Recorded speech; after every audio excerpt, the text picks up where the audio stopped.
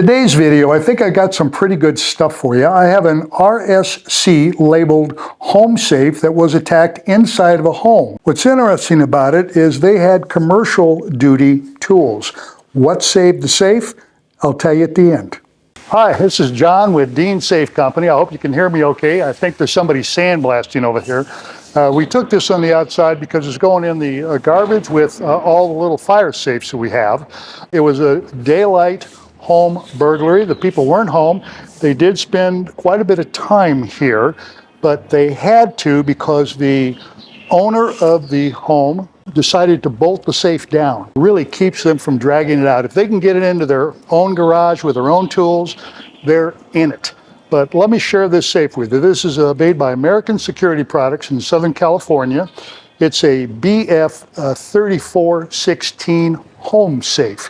It has an RSC label 1, but I'm thinking maybe they should try to go for the RSC level 2. RSC is a minimum standard, and this thing is really overbuilt.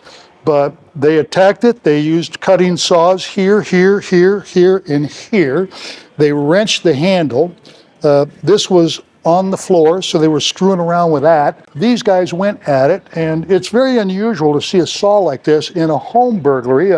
Very, very likely in a commercial burglary, but not necessarily in a home burglary. But this safe, it's an RSC level 1, and it exceeded all expectations. And let me show you what I mean. I wrenched the handle a little bit, but this right here, this is a 1/2 inch plate.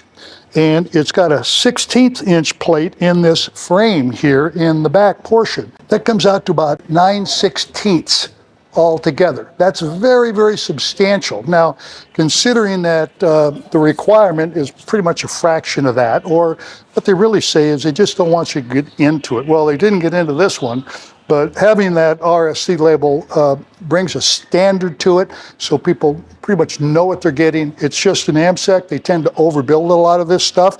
And you wouldn't even know it had a 1/2 inch plate up here, but they did get the crowbar in the edge, and you can see where they were able to catch it a little bit here. They put these saw marks in here, so if they could expand the frame, it would expose more and more of the bolts so they could cut the bolts.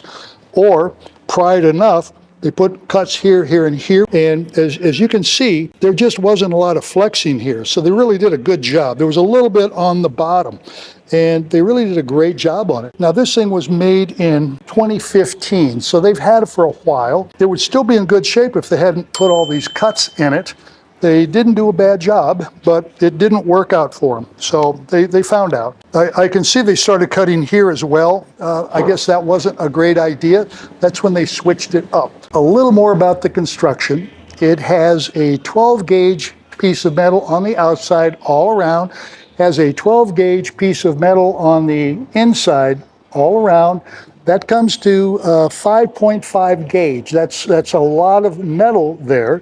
And then they have a fire retardant substance on the inside that was specifically designed for this safe, and it just works great. That's why it's able to get a 1-hour rating on this.